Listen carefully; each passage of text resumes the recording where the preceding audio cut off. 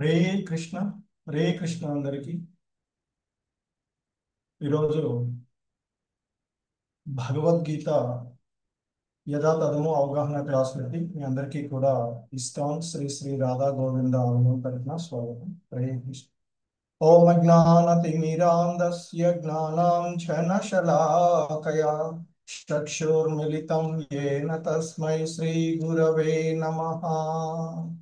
श्रीचैतन्यमनोभीष्टं स्थापितं येन भूतले स्वयं रूपः कदा मह्यं ददाति स्वपदान्तिकम्। वन्देऽहं श्रीगुरो श्रीयुतपदकमलं श्रीगुरून् वैष्णवांश श्रीरूपं साग्रजातं सहगण रघुनाथान्वितं तं सजीवं साद्वैतं सावधूतं परिजनसहितं कृष्ण चैतन्यदेवं श्री राधा कृष्ण पादान् सहगण ललिता श्री विशाखान्वितांश नमः ओं विष्णुपादाय कृष्णप्रेष्ठाय भूतले श्रीमते भक्तिवेदांत स्वामिनिति नामिने। नमस्ते सारस्वते देवे गौरवाणी प्रचारिणे निर्विशेषा शून्यवादी पाश्चात्यदेशतारिणे। जय श्री कृष्ण चैतन्य प्रभु नित्यानंद श्री अद्वैत गदाधर श्रीवासादि गौर भक्त वृंद। हरे कृष्णा कृष्ण कृष्ण हरे हरे हरे राम राम राम हरे हरे।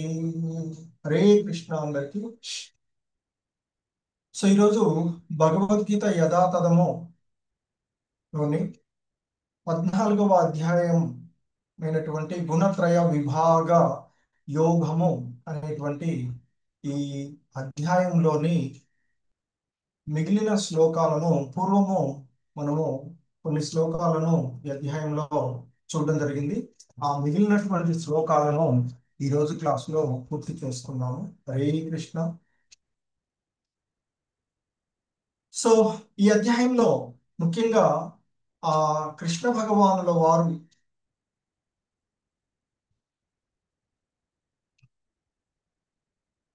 అర్జునుడికి బోధిస్తూ ఉన్నటువంటి అంశాలలో ప్రకృతి త్రిగుణాలు, ఈ ప్రకృతి యొక్క త్రిగుణాలైనటువంటి సత్వ రజో తమో గుణాలు మరి ఏ విధంగా జీవుడిని, అంటే ఆ త్రిగుణాలు అంటే ఏమిటి, అవి ఎట్లా పనిచేస్తున్నాయి, మరి అవి ఎట్లా బంధిస్తూ ఉన్నాయి, అవి ఎట్లా ముక్తిని కలగజేస్తాయి అనేటువంటి విషయాలలో మనకి ఆ గుణాలు అంటే ఏమిటి, ఆ గుణాల స్వభావం ఏ విధంగా ఉంటుంది అనేటువంటి అంశాలను పూర్వపు శ్లోకాలలో మనము చూసినటువంటిది. మరి శ్రీ కృష్ణ. సో ఈ విధంగా ఈ త్రిగుణాలలో ఉన్నటువంటి సత్వగుణంలో ఉంటే ఏ విధంగా ఉంటుంది, మరి అంటే ఈ గుణాలు మూడు కూడా ఒకదాని మనసు పైన జీవుడి అంటే ఇక్కడ మనసు పైన ఆధిపత్యాన్ని చలాయించడానికి గురి చూస్తూ ఉంటాయి. కొన్ని సమయాలలో సత్వగుణము ఆధిపత్యం చలాయించి రజో తమో గుణాలను ఓడిస్తుంది. ఆ పరిస్థితులలో దేహ ద్వారాలన్నీ కూడా జ్ఞానం చేత ప్రకాశితమై ఉండడం వల్ల ఆనందమయమైనటువంటి జీవితంలో మానవులు ఉండేటువంటి అవకాశం ఉంటూ ఉంటుంది. కానీ ఒక్కొక్కసారి ఆ సత్వ తమో గుణాలను ఓడించి రజోగుణము ఆధిపత్యంలో ఉంటుంది. ఆ పరిస్థితులలో జీవుడు లోభము, కామ్యకర్మలు, తీవ్రమైనటువంటి ప్రయత్నాలు, అనుసుకోలేనటువంటి కోరికలు, తపనలతో ఈ విధంగా ఉండేటువంటి పరిస్థితి. ఇక మరోసారి ఆ సత్వ రజోగుణాలను ఓడించి తమో గుణము మానవుల్లో ఆధిపత్యం చలాయించినట్లయితే అతడి అజ్ఞానం చేత ఉండేటువంటి కారణంగా అంధకారము, సోమరితనము, బుద్ధిహీనత, భ్రాంతి అనేవి అంశాలు. సో ఈ విధంగా మరి ఆ గుణాల యొక్క ప్రభావం ఏ విధంగా ఉంటుంది అనేటువంటి అంశాలను మనము పూర్వపు క్లాసులలో చూసినటువంటిది. సో ఇక ఈరోజు మనము పూర్వపు శ్లోకమైనటువంటి ఈ శ్లోకాలలో 14 అయిపోయింది కదా. సో మనిషి సత్వగుణం ప్రధానంగా ఉండి, ఓకే, 13 వరకు కంప్లీట్ చేసుకున్నట్టున్నాము. 14 చూద్దాం. యదా సత్వే ప్రవృత్తే తు ప్రళయం యాతి దేహభృత్ తదోత్తమ విదాం లోకాన్ అమలాన్ ప్రతిపద్యతే. మనిషి సత్వగుణ ప్రధానంగా ఉండి మరణించినప్పుడు జ్ఞానులు ఉండేటువంటి పవిత్ర లోకాలలోకి, అంటే రజోగుణము తమో గుణము లేనటువంటి, అంటే రజో తమో గుణాలకు అతీతమైనటువంటి ఆ లోకాలలోనికి, ఉన్నతమైనటువంటి లోకాలలోకి, అంటే సత్వగుణము లో ఉండి ఉన్నవాడు ఆ తదుపరి ఈ దేహాన్ని తెగించిన పిదప అతడు ఆ ఉన్నతమైనటువంటి లోకాలకి, అంటే రజోగుణము తమో గుణము లేకుండా ఉండేటువంటి ఆ ఉన్నత లోకానికి అతడు చేరుకుంటాడు అని చెప్తారు. సాధారణంగా ఉన్నతమైనటువంటి లోకాలు బ్రహ్మలోకము లేదా జనలోకం వంటి ఉన్నత లోకాలకు ఆ జీవుడు చేరుకొని అక్కడ ఆ దేవ సుఖాలను అమలు అనుభవిస్తూ ఉంటాడు అని చెప్తుంటారు. ఇక్కడ అమలాన్ అనేటువంటి, అమలాన్ ప్రతి పద్యతే అని చెప్పబడినటువంటి, అమలాన్ అంటే విశుద్ధమైనటువంటి, ప్రతిపద్యతే అంటే పొందుతాడు, అంటే ఆ రజో తమో గుణాలు లేనటువంటి విశుద్ధమైనటువంటి ఉన్నత లోకాలను అతడు పొందుతారు అని చెప్తారు. అంటే మనిషి సత్వగుణం ప్రధానంగా జీవించి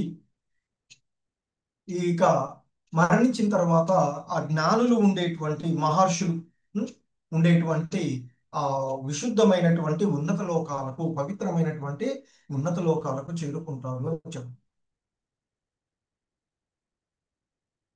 సో ఇంతకు ముందు మనం చూసుకున్నట్లుగా మరి ఇక్కడ మనకి ఆ సత్వగుణం సాధారణంగా ఆనందము, జ్ఞానము, పాపముల నుండి ముక్తిని కలగజేస్తుంది అని, ఇక రజోగుణము అపరిమితమైనటువంటి కోరికలు మరియు ఆ కోరికలు ఫలవంతమైనటువంటి చర్యల కోసం, అలాగే ఇక తామస గుణ ప్రభావంలో ఉన్నటువంటి వాడు పిచ్చితనము, ఉదాసీనం, నిద్ర అలా ఉండేటువంటి. ఇక సత్వగుణంలో జ్ఞానం ద్వారా ప్రకాశించే శరీర ద్వారాలను కలిగి ఉంటాడు అని, అలాగే ఇక రజోగుణంలో ఉన్నప్పుడు ఎప్పుడు బంధనాలు, ఫలవంతమైనటువంటి కార్యాచరణకు తీవ్రమైనటువంటి ప్రయత్నాలు చేస్తూ ఉంటాడు. ఇక తామస గుణంలో ఉన్నవాడు చీకటి, జడత్వము, పిచ్చి మరియు భ్రమలలో ఉంటాడు. ఇక సత్వగుణంలో ఉన్నటువంటి వారు మరణం తర్వాత గొప్ప ఋషుల యొక్క ఉన్నత గ్రహ లోకాలను చేరుకుంటారు. ఇక ఈ తమో అంటే రజోగుణంలో ఉన్నటువంటి వారు మనకి ఇక్కడ చెప్పబడుతున్నటువంటి రజసి ప్రళయం గత్వా కర్మ సంగేషు జాయతే తథా ప్రళీనస్తమసి మూఢయోనిషు జాయతే. మనిషి రజోగుణంలో ఉండి మరణించినప్పుడు కామ్యకర్మలలో, అంటే ఫలవంతమైనటువంటి కర్మలలో నెలకొనేటువంటి వారిలో జన్మిస్తాడు అని చెప్తారు. ఉం? అలాగే అతడు తమో గుణంలో ఉండి మరణించినట్లయితే జంతు రాజ్యాన్ని, జంతుజాలాలలో మరి జంతు జాతులలో పుడతాడు అని చెప్పబడుతూ ఉన్నటువంటి. సో ఇంకా చెప్తూ ఉన్నారు మరి, అంటే ఇక్కడ ఆత్మ మానవ జీవన స్థితికి చేరుకున్నప్పుడు తిరిగి పతనం చెందదు. ఇక మనం ఇలాగే మానవులుగా మళ్ళీ మళ్ళీ మానవులుగానే పుడతాము, ఉన్నతులుగా అని అనుకుంటారు.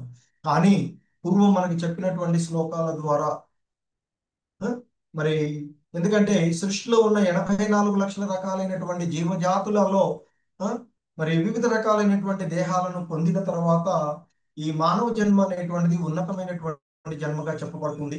ఆ ఉన్నతమైనది పొందిన తర్వాత ఇంకా మళ్ళీ అలాగే ఉంటాము అనేటువంటి అభిప్రాయంలో ఉంటారు. మళ్ళీ ఇంకొక మానవుడిగా పుడతాము ఆ, అనేటువంటి అభిప్రాయంలో ఉండేటువంటి, కానీ అది భగవద్గీత ద్వారా మనకి ఇంత ముందు చెప్పబడినటువంటి శ్లోకాల ద్వారా అది సరి అయినది కాదు అనేటువంటిది తెలుస్తుంది.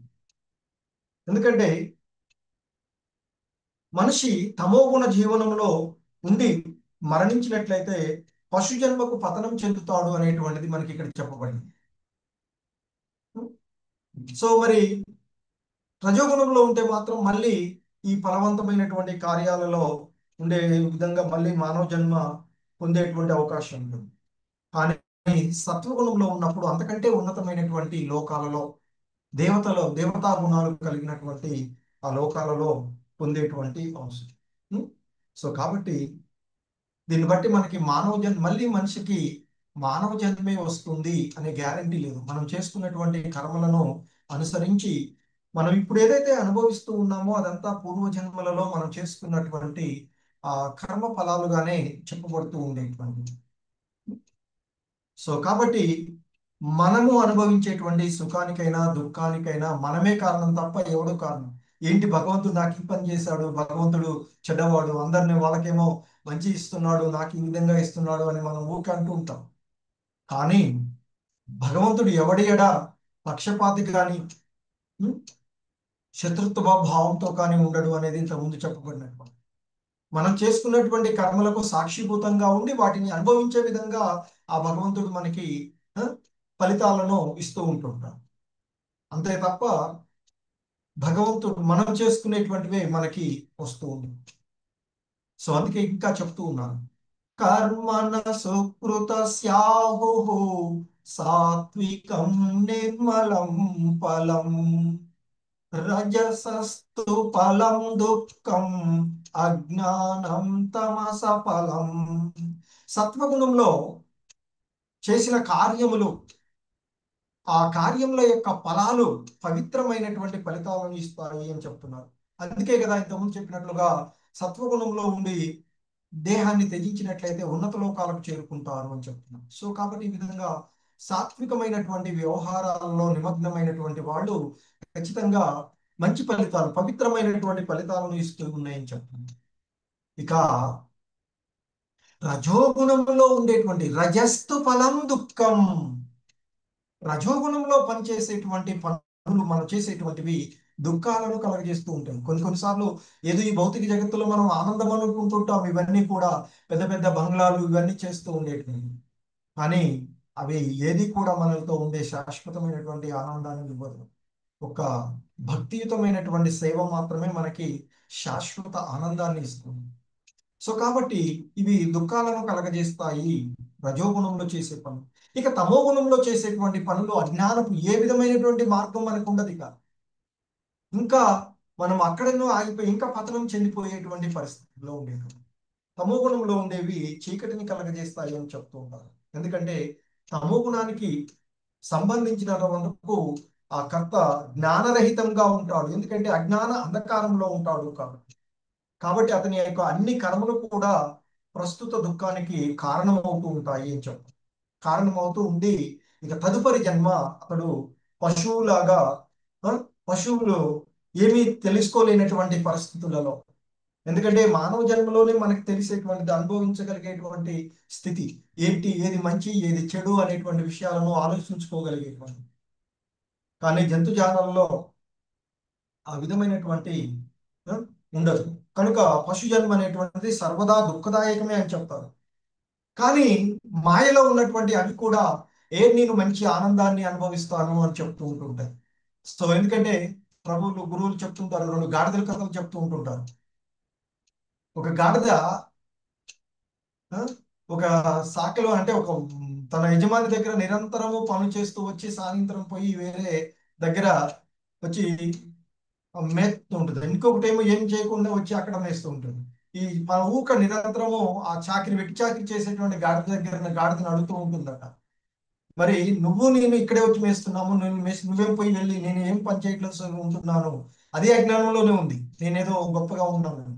దీన్ని అడుగుతుందట. అడిగితే ఇది అంటదట, ఏం లేదు, నేను మా యజమానికి ఒక కూతురు ఉంది, అందంగా ఉంటుంది, వాళ్ళ నాన్న మాట వినకపోతే అంటుంటాడు ఆయన, నువ్వు కనుక నా మాట వినకపోతే నీకు గాడిదకిచ్చి చేస్తా అని అంటాడు, కనుక ఎప్పటికైనా అమ్మాయిని నేను చేసుకుంటానని నేను అక్కడ వెట్టి చాకరీ చేస్తున్నా అని చెప్తాను. అట్లా ఉంటుంది పరిస్థితి. జంతు జన్మలో ఉండేటువంటి వాడు మనం ఏం చేస్తున్నామో మనకే తెలుసుకోలేనటువంటి, అది ఎలాగూ జరిగేటువంటి. సో కాబట్టి అందుకే అమాయకమైనటువంటిది. కనుకనే మరి చైతన్యంలో ఉండేటువంటి వారు ఆ అమాయకమైనటువంటి పశువులను వధించడం వలన కూడా తమో గుణం వల్లనే కలుగుతూ ఉంటుంది అని చెప్పి తెలుసుకోలేకుండా జంతు బలి, ఆ దేవతకు బలి ఇవ్వాలి, ఈ దేవతకు బలి ఇవ్వాలి అంటూ ఆ తమో గుణ స్వభావంతోనే చేస్తూ ఉంటారు అని చెప్తారు. ఆ జీవులను బలి మరి ఎందుకంటే మాంస మళ్ళీ ఆ ఏ జీవి అయితే మన చేతిలో మరణించబడుతుందో ఆ జీవి చేతిలో మళ్ళీ మనం మరణించాల్సి వస్తుంది. కనుక మళ్ళీ మనం ఏదో ఒక జంతు జన్మను పొందవలసి వస్తూ ఉంటుంది. సో కనుక ఈ జంతు బలిలు, జంతు వదలను వీలైనంత వరకు, మనకు తెలిసినంత వరకు అవసరం అంటే ఆ పరిస్థితుల నుండి బయటపడగలిగినంత వరకు దాన్ని అవాయిడ్ చేయడానికి ప్రయత్నం చేయండి. హరే కృష్ణ. సో నేను చెప్పాను నిన్ను మనం.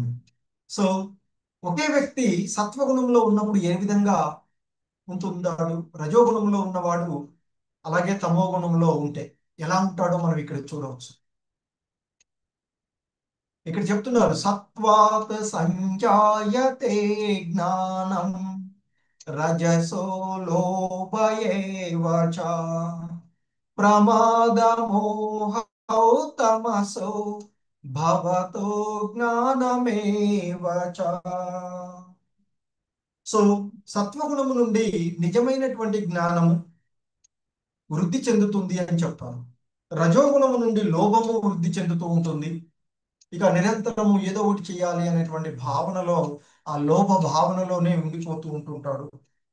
తమో గుణం నుండి మూర్ఖత్వము, పిచ్చితనము, మోహము వృద్ధి చెందుతాయి అని చెప్తూ ఉంటున్నాను. సో మరి ప్రస్తుత నాగరిక జీవులకు అనుకూలమైనది మరి కాదు అని చెప్తారు. కనుకనే కృష్ణ భక్తి భావనే మనకి ఈ యుగానికి, కలియుగానికి యుగ ధర్మంగా మనకి చెప్పబడుతూ ఉన్నటువంటి అంశము. మనము ఆ కృష్ణ భక్తి భావన, కృష్ణ భక్తి భావన ద్వారా సమాజం సత్వత గుణాన్ని పెంపొందించుకుంటుంది. ఎందుకంటే మనం చెప్తాం 4 రెగ్యులేటివ్ ప్రిన్సిపల్స్ పాటించమని చెప్తాము. కృష్ణ భక్తి భావనలో ఉన్నవాళ్ళు 16 మాలలు జపం చేయమంటాము, మనలో ఉండేటువంటి అజ్ఞానాన్ని క్రమక్రమంగా తొలగించుకునే విధంగా. సో సత్వగుణంలో ఉన్నప్పుడు ఏంటి సత్వగుణం అంటే 4 రెగ్యులేటివ్ ప్రిన్సిపల్స్ అని చెప్తాం. హరే కృష్ణ ఎవరికైనా గుర్తు, ఎవరికైనా లెవెల్ 1లో చెప్పుకుంటాము, ఇప్పుడు చాలాసార్లు చెప్పుకుంటాము. హరే కృష్ణ 4 రెగ్యులేటివ్ ప్రిన్సిపల్స్, 4 నియమాలు ఎవరికైనా గుర్తున్నాయా? ఎవరైనా చెప్పగలిగితే హ్యాండ్ రైజ్ చేయొచ్చు. హలో, హరే చెప్పండి కృష్ణ ప్రభుజీ. ప్రభు, చెప్పండి. మొట్టమొదటిది మాంసాహార భక్షణ ఎట్టి పరిస్థితిలో చేయొద్దు. రెండోది మధు మాంసం, అంటే ఇంకోటి ఈ మధు సేవించడం అంటే ఈ ప్రభుజీ ఆ పేరు చెప్పండి సరిపోతుంది, నేను అడుగుతుంది. హరే కృష్ణ చెప్పండి, వాయిస్ వినిపించట్లేదు. హరే కి వాటికి ఎండాలు మరియు జూదం, ఇవి కలిపురుషుడి స్థానాలు. ఈ నాలుగు కూడా కలియుగంలో వీటికి దూరంగా ఉండాలి. ఇస్కాన్ వారు కూడా వీటికి దూరంగా ఉండాలి. వీటిని ఎట్టి పరిస్థితిలో ఆశ్రయించదు అని చెప్పి అంతే హరే ప్రభు. కృష్ణ. హరే కృష్ణ. హరే కృష్ణ. సుముఖి, సాధ్వి మాతాజీ. 1 second మాతాజీ. హరే చెప్పండి. కృష్ణ, హరే కృష్ణ ప్రభుజీ. 4 regulative principles. ఒకటి మాంసాహార భక్షణ చేయకూడదు, ఇంకోటి మద్యపానము తాగకూడదు, ఇంకొకటి వ్యభిచారం చేయకూడదు, ఇంకొకటి జూదం ఆడకూడదు ప్రభుజీ. ఎస్, హరే కృష్ణ ప్రభు అండ్ మాతాజీ, ధన్యవాదాలు ఇద్దరికి. హరే కృష్ణ. సో హరే కృష్ణ. ఇక్కడ మనము ఆ మొదటిది మాంసాహార భక్షణము. ఎందుకంటే మనకి ఆ అహింస అనేటువంటి దానికి ఆటంకం కలిగించేటువంటిదిగా ఉంటూ ఉంటుంది. మాంసాహార భక్షణం వల్ల జీవహింస జరుగుతుంది. రెండవది ఆ మత్తు పదార్థాలను స్వీకరించకుండా ఉండాలి అని చెప్తారు. మత్తు పదార్థాలను స్వీకరించడం వల్ల మనలో ఉండేటువంటి ఆ ఇది అంటే ఆ తపస్సు అనేటువంటిది క్షీణించిపోతూ ఉంటుంది. మంచి భావనలు మనలో పోతూ ఉంటుంటాయి. అలాగే ఈ మూడవది ఈ అక్రమ సంబంధాలను కలిగి ఉండవద్దు అని చెప్తారు. అది శుభ్రతకు ఆటంకం కలిగిస్తూ ఉంటుంది. మనలో క్లీన్లీనెస్ లేకుండా చేస్తాం. అంటే మనము అపరిశుభ్రమయ్యేటువంటి పరిస్థితులు. సో అలాగే ఆ జూదం జూదం ఆడడం ద్వారా సత్యానికి ఆటంకం కలుగుతుంది. మన అబద్ధం జూదంకి చేసేటప్పుడు ఖచ్చితంగా అబద్ధం ఆడాల్సి వస్తూ ఉంటుంది. సో కనుక ఆ విధంగా ఆ 4 నియమాలను పాటిస్తూ ఆ ధర్మానికి 4 స్తంభాలైనటువంటి వాటికి ఆటంకాన్ని కలిగించకుండా జీవన విధానంలో ఉండాలి. సో సత్వగుణము నిజమైనటువంటి జ్ఞానాన్ని, రజోగుణమేమో దురాశ, ఇక తమో గుణము పిచ్చితనము, మోహము, ఈ భ్రాంతిని కలగజేస్తూ ఉంటాయి అని చెప్తూ ఉంటుంది. అలాగే మరి ఇక ఆ సత్వగుణము, రజోగుణము, తమో గుణాలలో జీవితాన్ని గడిపిన తర్వాత మనం చేరుకునేటువంటి స్థితి ఎలా ఉంటుంది అనేది చెప్తుంటారు. ఎందుకంటే మనకు ముల్లోకాలుగా చెప్తుంటుంది. మధ్యలోకంలో ఉండడము, ఉన్నత లోకాలు ఆల్రెడీ ఇంతకు ముందు కూడా చెప్పబడింది. ఉన్నత లోకాలకు చేరుకోవడము లేదా అధమ లోకాలకు చేరుకోవడము, ఇవి 3 కూడా మనల్ని బంధించినటువంటి ఈ గుణాల యొక్క ప్రభావం చేతే ఉంటూ ఉంటుంది. సో అందుకే ఇక్కడ చెప్తున్నారు కృష్ణ భగవానుల వారు, ఊర్ధ్వం గచ్చంతి సత్వస్తా మధ్యే తిష్టంతి రాజసాః జగన్య గుణ వృత్తిస్థా అదో గచ్చంతి తామసా. సో ఇక్కడ చెప్తున్నారు ఊర్ధ్వం అంటే పైకి, గచ్చంతి అంటే గచ్చంతి అంటే వెళతారు, ఊర్ధ్వ గచ్చంతి పైకి వెళతారు. ఎవరు?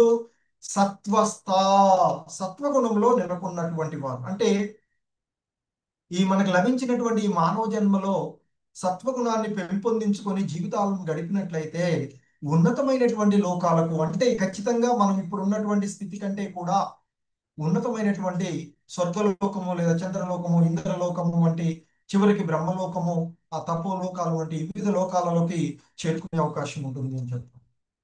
కానీ రజోగుణంలోనే ఉండిపోతే, అంటే కామ్యకర్మలలోనే నెలకొంటూ ఉంటే, ఎందుకంటే ఆ కామ్యకర్మల్లో నెలకొని ఉండి ఏం చేస్తాము, మళ్ళీ కొన్ని సంపాదించినటువంటి సంపదలను దాన ధర్మాలు చేయడం లాంటి కొన్ని పనులు చేస్తాం.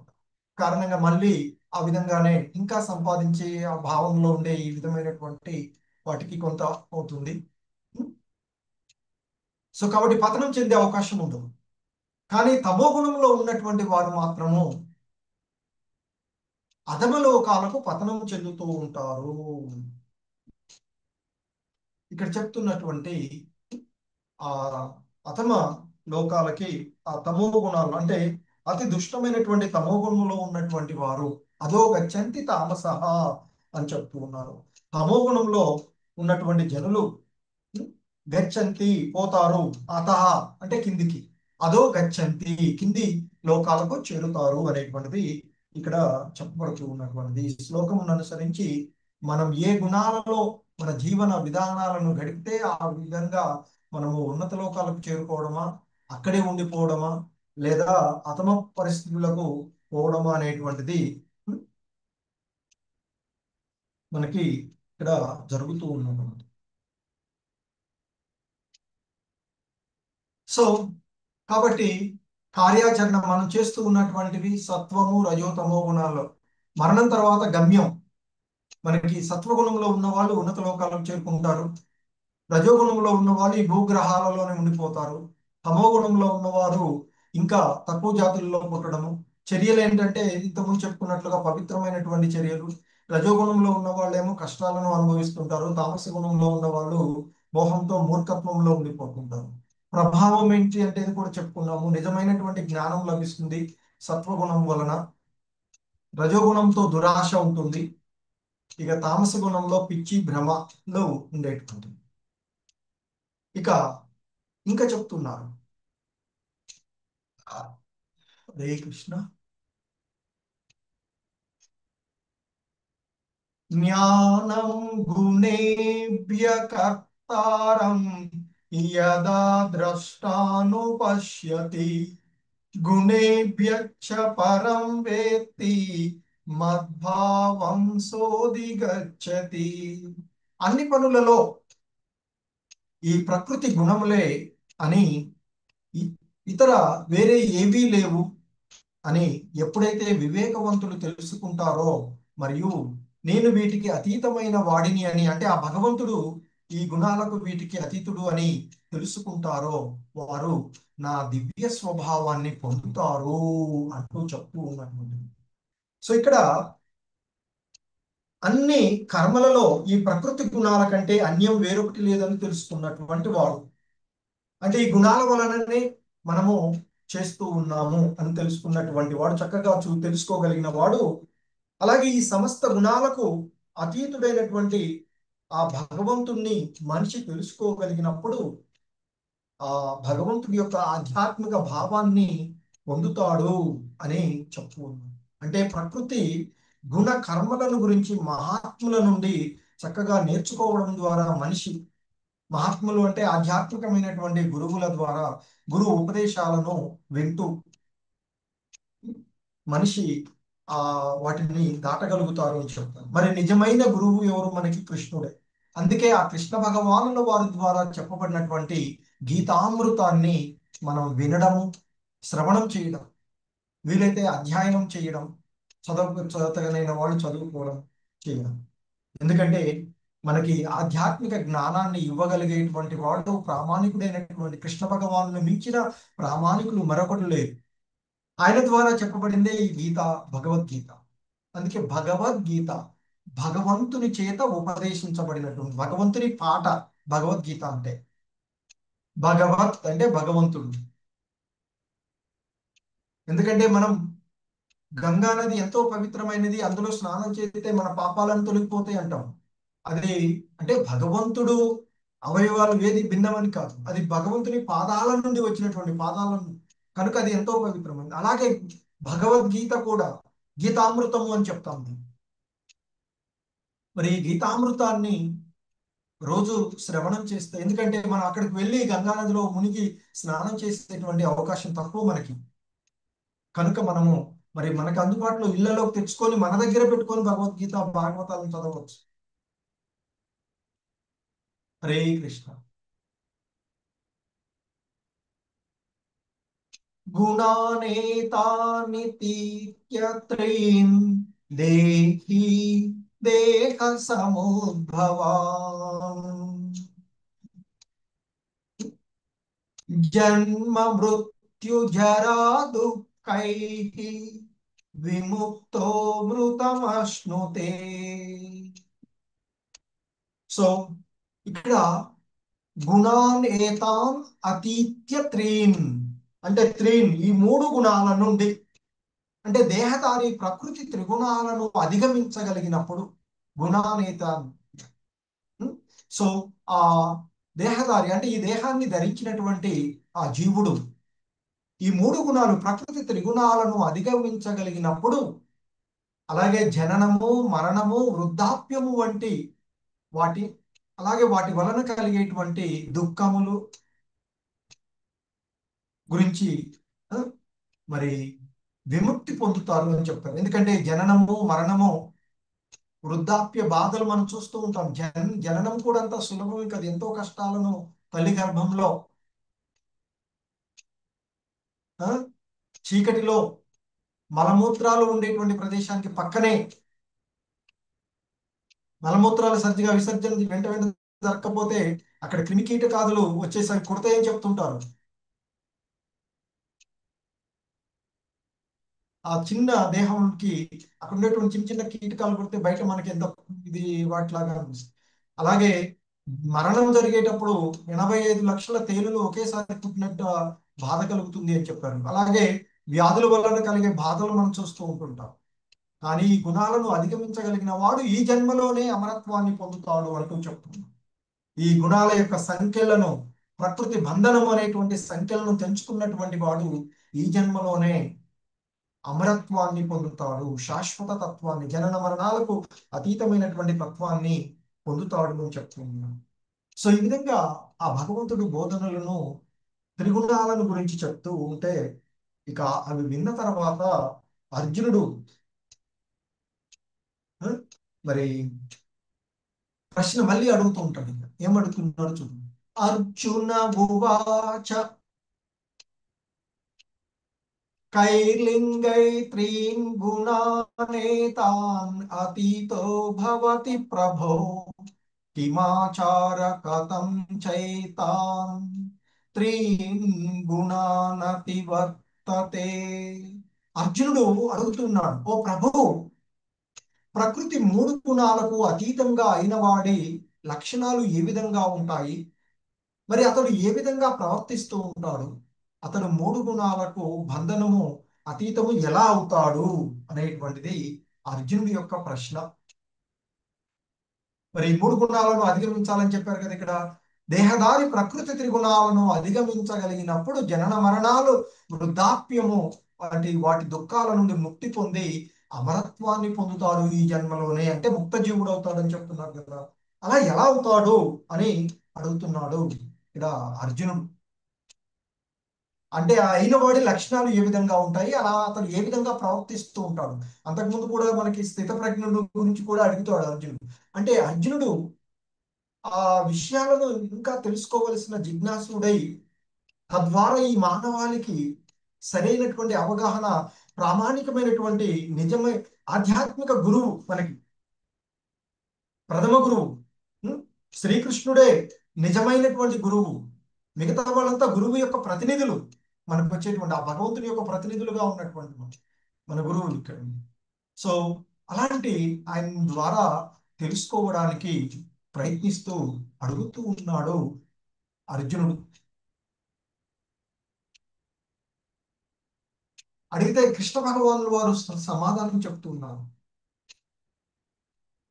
శ్రీ భగవానువాచ ప్రకాశం చ ప్రవృత్తిం చ మోహమేవ చ పాండవ నద్వేష్టి సంప్రవృత్తాని న నివృత్తాని కాంక్షతి ఉదాసీన వదాసీనో గుణైర్యో న విచాల్యతే గుణవర్తంత ఇత్యేవం యో వతిష్ఠతి నేంఘతే.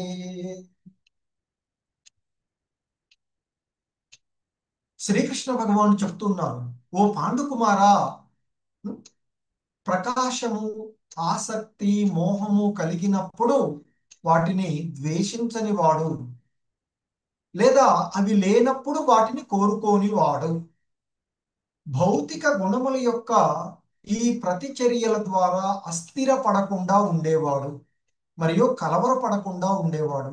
వీటన్నిటికీ అంటే మనకేదో కలిగినప్పుడు ఆనందాన్ని పొందకుండా, దుఃఖం వచ్చినప్పుడు అంటే కష్టాలు వచ్చినప్పుడు దుఃఖించకుండా, ఇలా అన్నిటినీ సమత్వ భావంతో ఉంటూ, తటస్థంగా ఉంటూ అతీంద్రియంగా మిగిలిపోయిన వాడు, గుణాలే ప్రవర్తిస్తూ ఉన్నాయి, గుణాల వలనే జరుగుతుంది అని తెలుసుకుని నిశ్చలంగా ఆత్మయందే స్థితమై ఉంటాడు అని చెప్తూ ఉన్నారు. స్థిత ప్రజ్ఞుడు ఎలా ఉంటాడు అని అడిగాడు కదా, లక్షణాలు ఎలా ఉంటాయి అని అడిగాడు. సో ఆ లక్షణాలు చెప్తూ ఉన్నారు. ప్రకాశము, ఆసక్తి, మోహం కలిగినప్పుడు వాటిని ద్వేషించని వాడు, అవి లేనప్పుడు కోరుకోకుండా ఉంటాడు. కేవలం గుణాల వలనే ఇవన్నీ జరుగుతున్నాయని తెలుసుకొని తటస్థునిగాను దివ్యునుగాను నిలిచి సమస్త గుణ ప్రతిచర్యలలో నిస్సందేహంగా కలత లేకుండా ఉండేవాడు, ఆత్మయందే నిలిచి సుఖ దుఃఖాలను సమానంగా అయినటువంటి భావించేవాడు అని చెప్తుంది. సో ఇంకా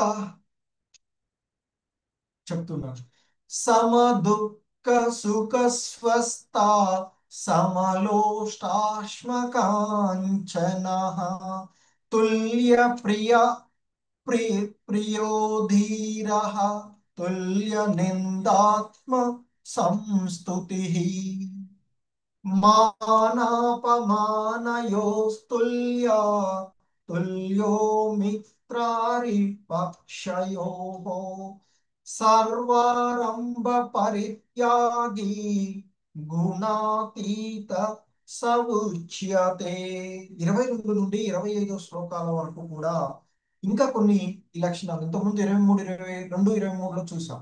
ఇంకా చెప్తూ ఉన్నాను ఏమని, సుఖ దుఃఖాలలో సమభావంతో ఉంటూ ఆత్మయందే స్థితుడై ఆనందము మరియు బాధను ఒకేలాగా భరించగలిగేవాడు, మట్టినైనా రాయినైనా బంగారమునైనా సమాన దృష్టితో చూడగలిగేవాడు.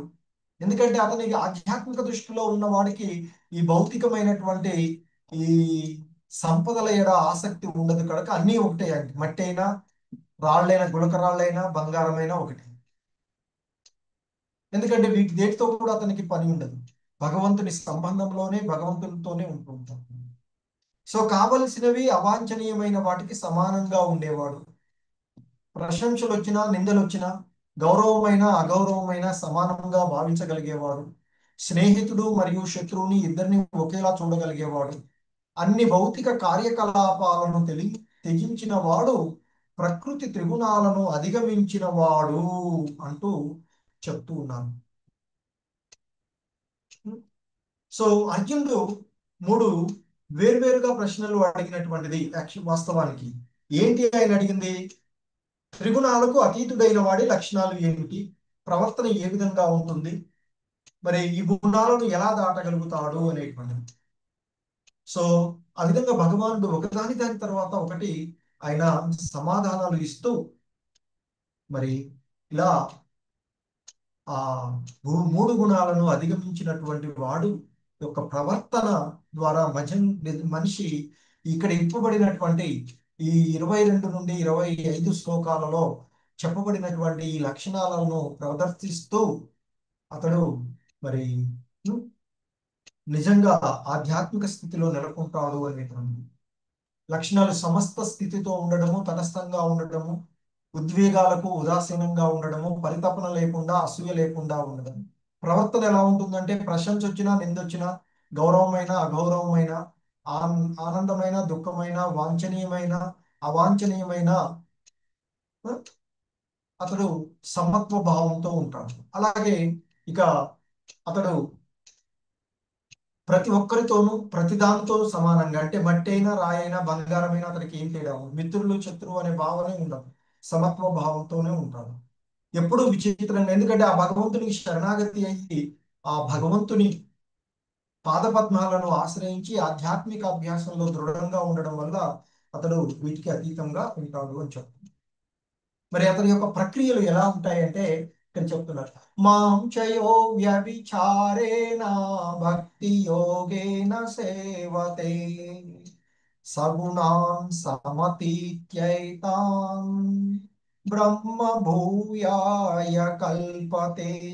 అన్ని పరిస్థితులలోనూ నిశ్చలమైన పూర్తి భక్తియుత సేవలో నిమగ్నమై ఉండేవాడు వెంటనే భౌతిక ప్రకృతి యొక్క గుణాలను అధిగమించి బ్రహ్మము స్థితికి వస్తాడు అని చెప్తారు.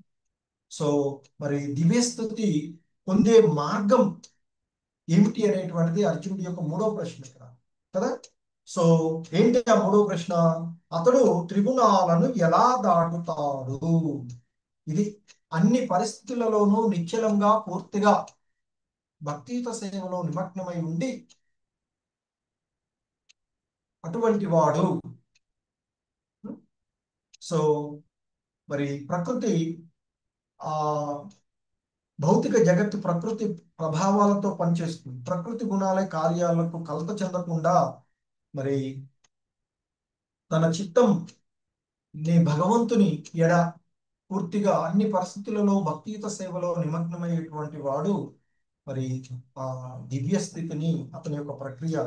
ఎందుకంటే కేవలము కృష్ణుడే కానీ మరి అంటే ఇక్కడ ప్రతి జీవుల్లో ఆ భగవంతుడిని పరమాత్మ రూపంలో ఉన్నటువంటి ఆ భగవంతుడిని చూడగలిగేటువంటి వాడు ఈ ప్రకృతి ప్రభావాలు అంటే శ్రీకృష్ణుని పాదపద్మాలను ఆశ్రయించడం ద్వారానే ఈ గుణాలను, ఎందుకంటే ఆ మాయ భగవంతుని ఆధీనంలో ఉంటుంది కాబట్టి మరి ప్రభువుని ధిక్కరించేటువంటి స్థితి ఈ గుణాలకు ఉండదు. సో కనుక భగవంతుడిని మనం ఆశ్రయించినట్లయితే ఈ గుణాలు మన నుండి దూరంగా వెళ్ళిపోతాయి. సో అది ఇక్కడ చెప్పబడుతూ ఉంటుంది. అంటే భక్తి యోగంలో నిమగ్నమై ఉండడమే అనేటువంటిది ఇక్కడ ఆ భగవంతుడు చెప్తూ ఉన్నటువంటి విషయం. బ్రహ్మణో హి ప్రతిష్టాహం అమృత వ్యయస్య చ శాశ్వత చ ధర్మస్య సుఖస్యైకాంతికస్య చ.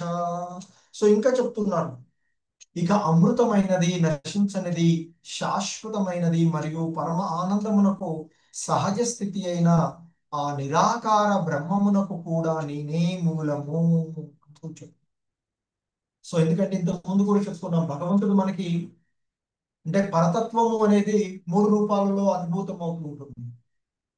బ్రహ్మజ్యోతి, పరమాత్మ, భగవానుడు కదా.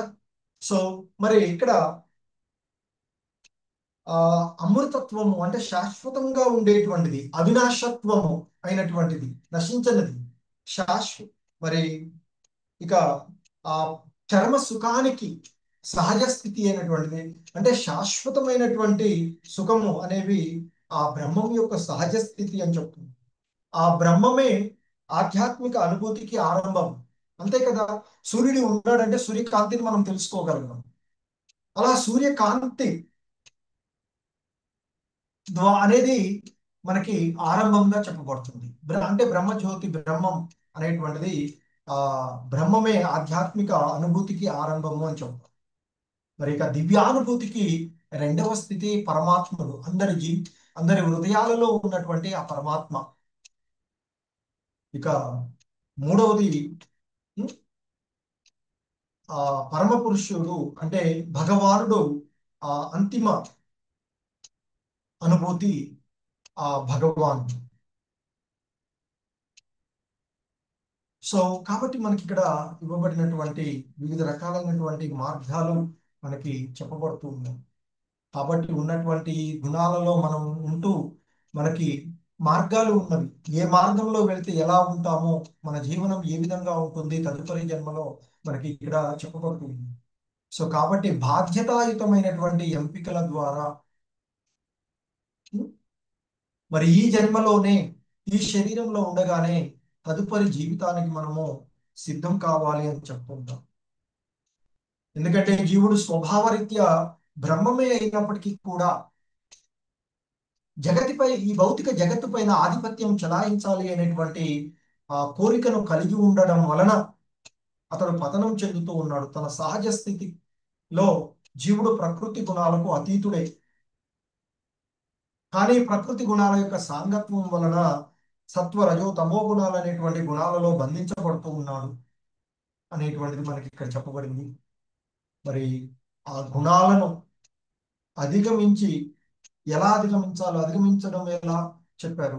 అధిగమించినప్పుడు బలం ఏంటి, పూర్తి కృష్ణ భక్తి భావనలో నెలకొనడమే, ఆ దివ్య స్థితిలో నెలకొనడము. మరి ఆ భక్తి యోగము ద్వారా ఈ త్రిగుణాలకు అతీతమై, సో ఎందుకంటే ఆ భగవంతుడిని ఆశ్రయించినప్పుడు మనకెందుకంటే మన బాధలకు ఇక్కడ ఉంటూ పుట్టడము, పశుపక్షాదుల్లాగా జన్మ తీసుకోవడము, మరణము, అలాగే మనకి సో ఒక 6 రకాలైనటువంటి కార్యాలలో అన్ని సమానంగానే ఉంటాయి. పుట్టడము, పెరగడము, కొంతకాలం నిలిచి ఉండడము, మనకు సంబంధించిన జీవులను ఉత్పత్తి చేయడము, క్షీణించడము, చివరికి నశించిపోవడము, అన్నిటికీ ఉండేటువంటిది. అలా ఉండాల్సిన అవసరం లేదు. కావున వైకుంఠ ధామమును చేరుకోవడానికి సరైనటువంటి మార్గాన్ని మనం తీసుకోవాలి. సో ఈ గుణాలు మనల్ని బంధనలో చేస్తూ ఉన్నాయి. భగవంతుని గుణాలను ఆశ్రయిస్తే మనం బంధనాలలో చిక్కుకొని పోతాం. కానీ భగవంతుణ్ణి ఆశ్రయిస్తే ఈ గుణాల నుండి మనకి ముక్తిని ప్రసాదించి జనన మరణాలకు అతీతమైనటువంటి, నశింపు లేనటువంటి శాశ్వతమైనటువంటి శరీరాన్ని మనం పొందగలుగుతాం. ఆధ్యాత్మికమైన దేహాన్ని పొందగలుగుతాము. అది ఆ భగవంతుడి ద్వారా మనకి లభిస్తుంది. కృష్ణుడు మనకి విముక్తిని ప్రసాదిస్తారు. కాబట్టి ఆ భగవంతుని పాదపద్మాలను ఆశ్రయించాలి. సో మనం ఇక్కడ తెలుసుకోవలసినటువంటి పాఠం, సదా భక్తియుత సేవలో నిమగ్నమై ఉండడం ద్వారా మనము ఈ భౌతిక గుణాల యొక్క సంగమం నుండి అత్యంత సులభంగా విడవడగలుగుతామని చెప్తున్నారు. అంతేకాకుండా ఎల్లవేళలా భగవంతుని సాంగత్యంలో ఉండడం వల్ల ఉన్నతమైనటువంటి లక్షణాలను మనం పెంపొందించుకోగలము అని చెప్పబడుతుంది. హరే కృష్ణ. జగద్గురు శ్రీల ప్రభుపాద కీ జై.